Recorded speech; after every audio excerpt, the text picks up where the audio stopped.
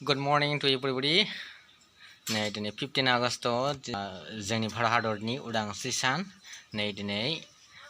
फैनानै 76 years जाबाय मालाबानो 76 years जाबाय इन्डिपेन्डेन्स जानाया दा बेखिनियाव समाव इन्डिया हादरा दिनै जोबोद जौगानाय थाखोआव मोनफैबाय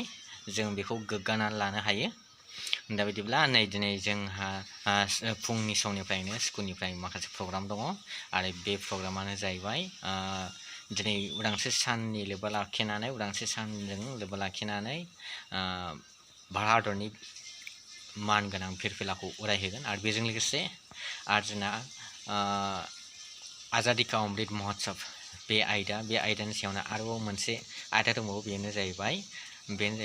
शिला फालिकम बे शिला फालिकमनि गेजेराव माखासे माबा दङ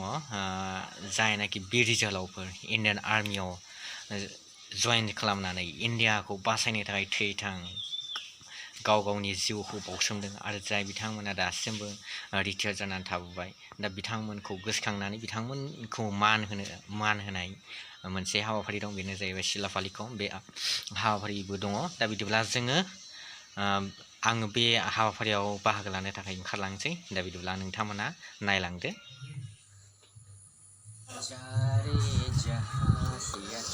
जोंहा दिनै आस्राबारि एमपि फरायसालियाव गाहाय फोरोंगिरि मुस्रि हिरक कुमार ब्रह्मनि दैदेननायाव मोनसे फुंनिफ्रायनो फिरफिला दिखांनाय हाबाफारि गैया गाजा गोमजा गासै फरायसाफोरनि नुजाथिनायनि गेजेरजों जोबनानै थाङो दानिया जों गाजा गोमजा फिरफिला उरायहोनाय हाबाफारि जोबखांनायनि लोगो लोगोनो आरोबाव जोंहा मोनसे मेरगोन रानिखाटा ब्लकनि सिङाव थानाय आस्राबारि भिसिडिसि बे आस्राबारि भिसिडिसिआ गावसोरनि सरकारनि बिथोन बायदियै मोनसे शिला फालिकम हाबाफारि खुंनांगौ दङ बे हाबाफारि खुंनांगौ हाबाफारियानो जाहैबाय दा बेवहाय बे भिसिडिसिनि सिङाव थानाय जेसेबांनाखि सिगां समाव आर्मि रैखाथि हान्जायाव इन्डियान आर्मि बा जिखुनु मोनसे डिफेन्सआव हाबा मावबोनाय बिथांमोन मुंख्लं जानायफोरखौ मान बावनांगौ आरो बेजों लोगोसे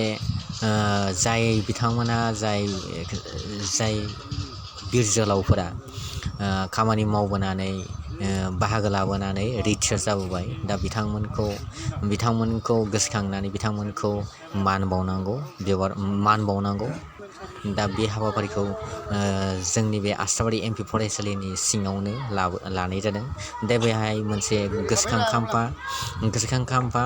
गायसननांगौ दं बे गोसोखां खाम्फा गायसननांगौखौबो गावसोरनि भिसिडिसिनि चेयारमेन आरो माखासे मावथि बिथांमोना बबे जायगायाव लागोन बबे जायगायाव लाया माने बेखौ सिन्था जाबाय थादोंमोन आरो नैबे माबाखौ खाम्फा गायसननायखौ दा थाङै मैयासो बेलासि समावसो मोनसे थिरांथा जाबाय दे आस्राबारि एमपि स्कुलनि सिङावनो गायसननाय जाथोंसै होननानै दा बेवहाय मैया बेलासियावसो बे डिसिसनखौ लानो हानायलाय बिथांमोनहा खाम्फा गायसननाय हाबाफारिया जाफुंनाय जायासै दा थेवबो बे फ्लेगावनो माने बानायनाय बेहायनो नैबे फ्लेगाव बानायनायखौनो बेजोंनो हाबाफारिखौ मावफुंनाय जायो नाथाय नैबे फ्लेगा सेम स्टाइलनि जागोन मार्बलनि बानायगोन बे खाम्फाखौ मार्बलाव लिरनानै उनावहाय नेक्स्टआवसो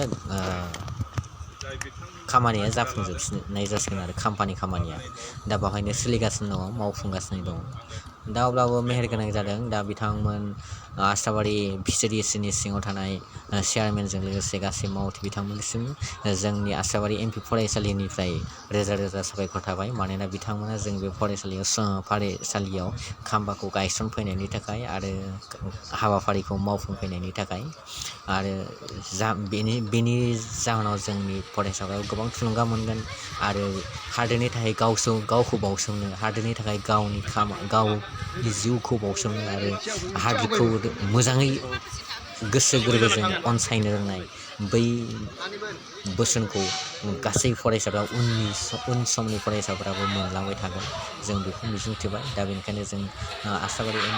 आस्राबारि भिसिडिसिखौ जों जोबोद साबायखर होनो गोनां दा बिदिब्ला भिडिअखौ बेखिनियावनो फोजोबनोसै दा नोंथांमोन बयबो भिडिअखौ नायजोबनायनि थाखाय रोजा रोजा साबायखर थाबाय दा बेनिफ्राय जों भिडिअखौ बावनो दोनथ'नाय जानोसै बाय बाय